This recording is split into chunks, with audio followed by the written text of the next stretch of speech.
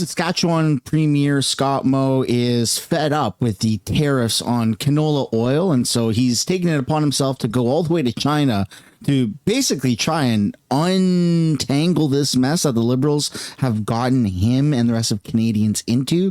Pierre Poilievre has some very strong words to say about Mark Carney.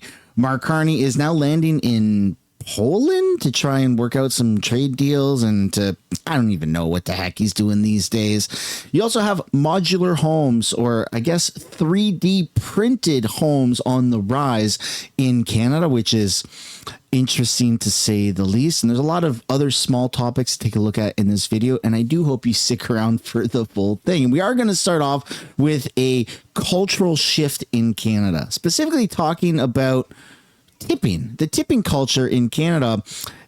Younger folks are not happy with it. So you have, it's ridiculous why some Canadian youth feel ready to tap out of tipping culture. The Edmonton University student believes in tipping service workers for a job well done, even leaving more during the holidays after special events. But the 22-year-old from Bahrain was taken aback during a recent trip to a U-Pick berry farm where he and his friends were asked to leave a tip at checkout. We did the picking ourselves. They didn't have to do anything. I don't know who the money's going to. In a similar fashion, another person said that only tips at dine-in restaurants in and around his home in St. John, New Brunswick, and bases the amount he leaves on the quality of service. Tips should not be given for someone simply for doing their job. And you're seeing a rise in this. So you kind of have to ask the question, where does tipping culture even kind of stem from, right? Is it just mostly popular in Canada versus other parts of the world? And the answer to that is Canada and America lead the course on tipping culture, which, let's take a look at what other countries actually don't tip. You'd be quite surprised. So I asked ChatGPT what sections of the world embrace tipping culture versus what sections don't. And the regions that embrace tipping culture is North America first, Canada and US. So you can see an actual chart here that breaks things down. We have a strong culture where 15 to 20% is the standard in Canada and US. And we're at the tippity top. Below us is Latin America with 10 to 15%. The Middle East is small but expected. Western Europe, a service charge plus a small extra 5 to 10%. Scandinavia, not expected, rounding up is enough. Japan and Korea, no tipping, it might be rude. China, historically no, but growing in the tourism sector. Australia and New Zealand, no culture, but occasionally you'll see 5 to 10%. And Africa, some places yes, South Africa yes, and other areas no. And that's kind of interesting. I kind of want to pass the question off to you. How do you feel about tipping culture? Because I do feel like it's getting a little bit out of hand. First of all, business owners should be responsible for appropriately paying their employees the right wages and not put that burden on the customers. Like we're kind of seeing a little bit with Air Canada, not that the financial burden gets put on the customers, but you know, a company not paying its employees properly. Second to that, I think that there's a rise in the tipping percentage. It used to be 5, 10, 15%, but sometimes now when you go to even just like a takeout restaurant like McDonald's, I don't know if McDonald's does tipping, but if you go to somewhere else to get like a poke bowl or something, or like an Indian restaurant, like I'm just kind of speaking off the top of my head here, sometimes the tipping starts at 18%, then goes up to 23 and 28%, which is like, that's not gonna bode over well with people, right? Like if your basic option of tipping is 18% and you have to go out of your way to kind of maneuver around that, it pisses people off. And it's crazy that we're spending this much time on tipping, but again, I'd love to know what you guys think down below. And since we are talking about money, we do have to take a look at Saskatchewan, because Saskatchewan was claiming that they were going to go into a surplus, and now it's quite the opposite, like very, very much the opposite. Saskatchewan's projected $12 million surplus is now forecasted to become a $349 million deficit. In a first quarter update, the provincial government attributed the change in its financial outlook to a $172 million drop in revenue, mainly driven by the removal of the federal industrial carbon tax from Sask Power electricity bills. Finance Minister Jim Ryder says the province is being affected by global economic uncertainty, but its overall finances remain stable. We're concerned about it. We're going to keep a lid on expenses, but we're overall we're probably in the best financial situation of any province in the country. Revenue from non-renewable resources is also projected to fall by $30 million due to lower oil prices and a higher exchange rate. The province is also spending an extra $80 million in wildfire costs. This is NDP finance critic Trent Wotherspoon shredding a copy of the budget back in March, signaling his lack of confidence in it. Now he's echoing those thoughts. Who could have guessed it? Sask Party's budget that they brought forward is completely nonsense. As the province begins preparing its next budget, Ryder says the focus will now be on looking for savings. Look for places to save money, but at the same time, we're not going to do it at the expense of healthcare, education, or the other services that people in Saskatchewan expect. Stacey Hine. To be fair, a $349 or $350 million deficit isn't that big compared to other places. But when you were projecting a $12 billion surplus, you literally missed by over $12 billion. Like, that's a pretty big miss, but hopefully they can turn things around. And we do have more about Saskatchewan later on. But now we're taking a look at this new type of building, specifically in Windsor, Ontario, at a university campus. Now, the University of Windsor is getting another new residence, and according to their officials, it's going to be a Canadian first and might just qualify for a Guinness record. Joining me to explain is CTV's Michelle Molesky tonight. Michelle, exciting. It is exciting and interesting. The university is getting $2 million to work on a new 3D student residence. It's all part of a $12 million boost from the federal government for housing innovations. Using these printed walls, faculty at the University of Windsor are building Canada's first 3D multi-story student residence. It will be located on our campus at 1025 California Ave and is expected to open just next summer in 2026. It will house 7 residential units geared towards students. The university will also be able to use this project as a hands-on learning lab for engineering students. To build what I hear could be a Guinness Book of World Record, not just a net zero student residence, but a 3-story net zero, which would be the first of its kind in the world, which is incredible. Minister of Artificial Intelligence and Digital Innovation Evan Solomon in Windsor Friday to unveil a $12 million boost to housing innovation ideas. The money will be split with 5 other agencies or companies from across southwestern Ontario, including home builder BK Cornerstone. This funding allows us to accelerate the development of our automated wall panel production line. Brent Klundert says the walls they're making will be more energy efficient than a typical home build. Through this project, we will reduce build times, cut construction costs, and increase housing output. Most importantly, we'll be helping Canada meet its climate goals by embedding net zero performance into every panel we ship. Yeah, you lose people when you start saying the whole climate goals and all of that stuff. And this is where the direction of Canada home building is actually going, without a doubt. Like, all my bets would be placed on this is where we are going. That's not the only place that has taken that approach. As we're about to look at right now, they are now doing 3D printing concrete home building. I don't even know. It seems interesting, but take a look here. I had to mute the music because it is copyright, but you can see there's a 3D printing machine that is literally doing concrete laying for homes, which obviously concrete is different than the foam packets that we just saw. I think a lot of people would prefer this style, the 3D printed style of concrete, over what we just saw, but I don't know. We're moving towards a a very interesting time, to say the least. And I think that the government, by constantly and companies pushing the climate agenda and climate narrative, are losing a lot of people. For me personally, I have probably a different approach than most conservatives.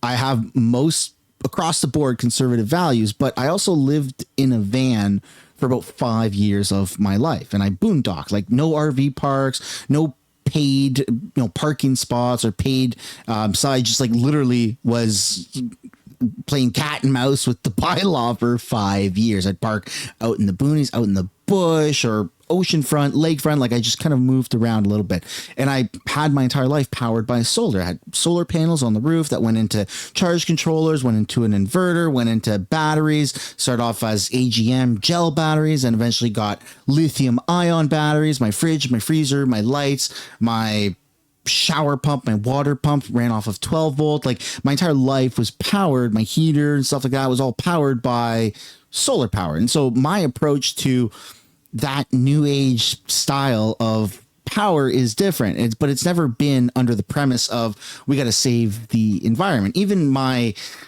interest in electric vehicles is not to like save the environment. It's just like cool gadgetry and kind of bringing more tech into our everyday life, which I like. But the government and companies really start to push people off when it's all about this climate agenda, because then if that were the case, why do our politicians still drive all of these massive gas cars, right? Like our prime minister doesn't get around in a bunch of Tesla Cybertrucks. He gets around in gas or diesel powered vehicles, armored. So they're very heavy. They're gas guzzlers, flies around on all these jets. Like those jets emit way more fossil fuels than whatever than you and I ever could do in our lifetime.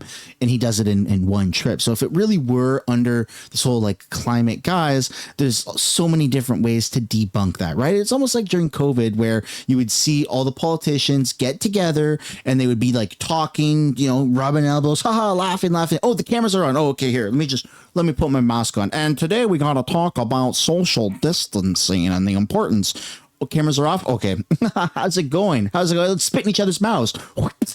Right? Like it was very weird to see them they be exposed. And so it's like, well, I don't really buy into what you're saying because I'm literally seeing with my own eyes that you're doing the opposite. But that being said, there's a lot of cool technology and a lot of things that are now coming about that are helping shape or expedite certain procedures like home building. Now, I know a lot of people are very much against it, but I do kind of want to pass the question off to you. How do you feel about this? If it wasn't about the whole climate agenda, if it was just about starting new tech or new ways of doing things to try and solve problems such as like a housing crisis, how do you feel about that? If you just remove the whole climate agenda and climate narrative, where do you stand? Now let's take a look at what our prime minister is doing, because of course he sailed on a boat using the power of the wind to get to Poland, Germany, and Latvia, right? There's no way that he flew there on his, Canada Goose 1 jet emitting more carbon than you and I could ever do in our life.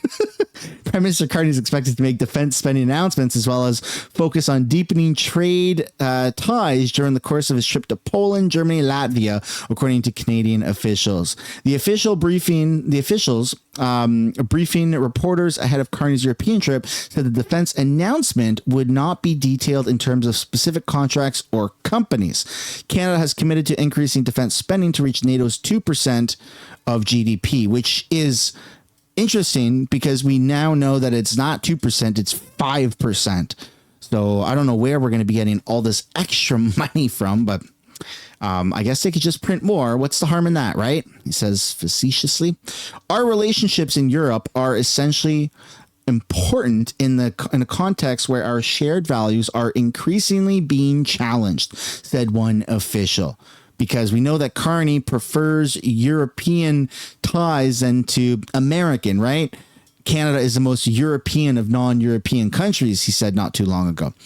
Speaking in Ottawa Friday, Carney said conversations in those topics are intensifying with Germany, noting many opportunities, and he is very much looking forward to his meeting with German Chancellor Friedrich Merz.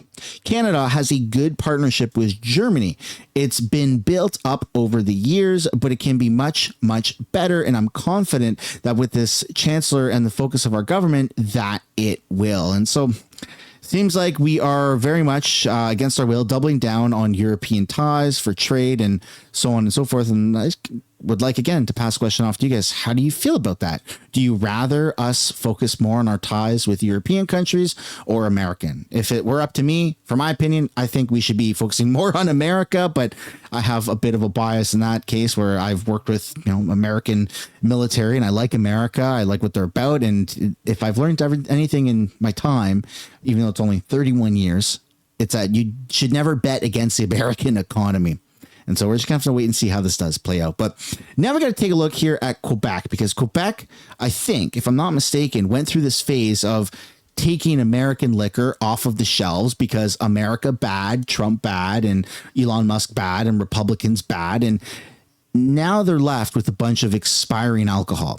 Go figure. So instead of not having done that and just going about business, because money is money and facts over feelings, except when we talk about politics, it seems to be feelings over facts. Quebec is now in the situation where they have to donate all that alcohol. I don't know to who. People are speculating Melanie Joly or Elizabeth May, but let's have a look. From the warehouse to the classroom, $300,000 worth of American products nearing expiry won't be destroyed after all. Instead, the province says they will go to various organizations, including hospitality schools. The wine and spirits were pulled from SAC shelves earlier this year as a retaliation against U.S. tariffs. Marketing expert Harold Simpkins says the story has hurt the government's image. It makes them look wasteful. It makes them look unimaginative. Finance Minister Éric Girard broke the news on X, writing, "The government knew this trade decision would come with costs, including storage and expiry, but also pointing out that sales for Quebec products have gone up between 30 and 60% since March." A SAC spokesperson tells CTV News the donated items include rosé, boxed wine, ready-to-drink cocktails, certain beers, and liqueurs. Interested organizations can apply through the SAC website. It remains unclear whether the ministry will cover the SAC's loss on those products. On the street, some say destroying them never made sense. I don't see that it makes good sense to punish Americans in general for the failings of their president. So personally, I would keep buying American wine and American alcohol products, and I wouldn't think I was somehow endorsing Donald Trump by doing that. Okay. I applaud that, minus the fact that he thinks the American president has had any failings. I mean, do with that what you will, but that's just ridiculous. Again, thank you for it seemed probably like a bit more of a progressive person having some common sense that there's some political, turmoil, I guess, between our two countries and our governments. Like, yeah, we're going to punish you by removing alcohol that we've already paid for, because that's going to teach you a lesson. And then we ended up, not destroying it, but donating it. It's all so freaking bizarre. Anyways, moving on to something that's equally bizarre in its own way is Air Canada. The Air Canada labor deal faces fierce opposition over wages. The vote could fail, says a Reuters exclusive. 5 flight attendants interviewed by Reuters said they plan to vote against the agreement because it fails to provide a living wage to entry-level workers and does not fully address concerns about lack of payment for hours spent waiting for a flight. The leader of the union acknowledged many members were frustrated with the deal, which has hailed initially as a union victory following the overnight blitz of talks. So even though there's this tentative deal and Air Canada is now back up and running, we're finding out that it might not be for full time. You might have, some more striking that actually could happen. And I don't know what would happen if they just go back to striking, because that's gonna put another big dent in our economy. And we've already seen what the Liberal government does is like, hey, yeah, we understand that you think you have the right to strike, but we're just gonna do like section article out of our butt and force you back to work. And it's a shit show, to say the least. That's kind of what I chalk it up to. Is I agree that the employees absolutely deserve to get the right wages for what they are doing. Absolutely. Get paid for your work. It just sucks that Air Canada is so cheap and such a shitty managed company. But now we're going to shift away from all that nonsense and we're going to take a look at Pierre Poilievre dropping a bit of a nuclear bomb on Mark Carney. Here we go. I was happy to hear that he got the president on the phone. I know that Mr. Carney has been trying to do that now for about a month. And today the president accepted his call. And the Prime Minister took the opportunity to make a series of very generous concessions to President Trump. And I was expecting that when the call was reported that we'd find that President Trump had given us something in return, that Mr. Carney, being the negotiator he promised he would be, that he would get something after giving something. But not so. Today we learn that it has been yet another capitulation and climb down by Mark Carney. His elbows have mysteriously gone missing. And this call follows on other concessions. He promised during the campaign he would have dollar for dollar retaliation. He pulled that back. He made concessions on the military while getting nothing in return. He pulled back on his digital services tax, a terrible tax, but you'd think he'd get something in return for it. Nothing. And today, he removed even almost all of the tariffs on the United States and got none lifted from Canada. This continues with the weakness that he's shown on the world stage, continuing ahead with a $1 billion loan to the dictatorship in Beijing to build ships for Canada, creating jobs for foreign workers in steel and shipbuilding, while that same regime hits our farmers and fish harvesters with increasingly high and unfair tariffs. Mr. Carney's capitulations would be laughable if they weren't so tragic. They will harm our farmers, our workers, our people. More importantly, from his point of view, they are a broken promise. They are exactly the opposite of what Mr. Carney ran on. His signature promise in the last election was that he was going to put elbows up, negotiate a win, and match American tariffs. Let's go through the list. He's not thrown one elbow since he took office, except at our own workers. He did not meet his promise of a July 21st deal with the Americans. Again, his promise, not mine. He did not, he's backed down while claiming that he would stand up, and he's gotten absolutely nothing in return. In fact, American tariffs are twice as high on Canada today as they were when Prime Minister Carney took office, promising to deploy his negotiating skills to get us a win. He promised he would have elbows up. He promised he could, quote, handle Trump, and that he would, quote, negotiate a win. Those are his promises, and he needs to be judged by his word. And this was not any promise, just any old promise on page 73 of his platform. It was the promise on which he ran his entire election campaign. And now he's abandoning it. So either he admits that he was wrong all along, or that he knowingly spread falsehoods to get elected. He needs to. So when it comes to this, right, Liberals have historically won more than 75% of elections in Canada. Like, we've just been governed more under the arch of Liberals than any other party. That's partly due to the fact that Liberals will lie and say whatever they need to in order to win, and then they'll reverse course later on, and all of their followers, all their supporters just kind of go with it. It's a rinse and repeat cycle. What I don't appreciate, though, is the fact that Pierre Poilievre also was saying what Mark Carney was saying about the tariffs and about Trump during the election campaign, is we're going to stick it to America. I knew that the tariffs wouldn't last for very long. I knew that it was very short-lived, and a lot of people also knew that. So it was very bizarre to try and have this hoorah moment of like, we all need to band together and stick it to America, because fuck Trump, right?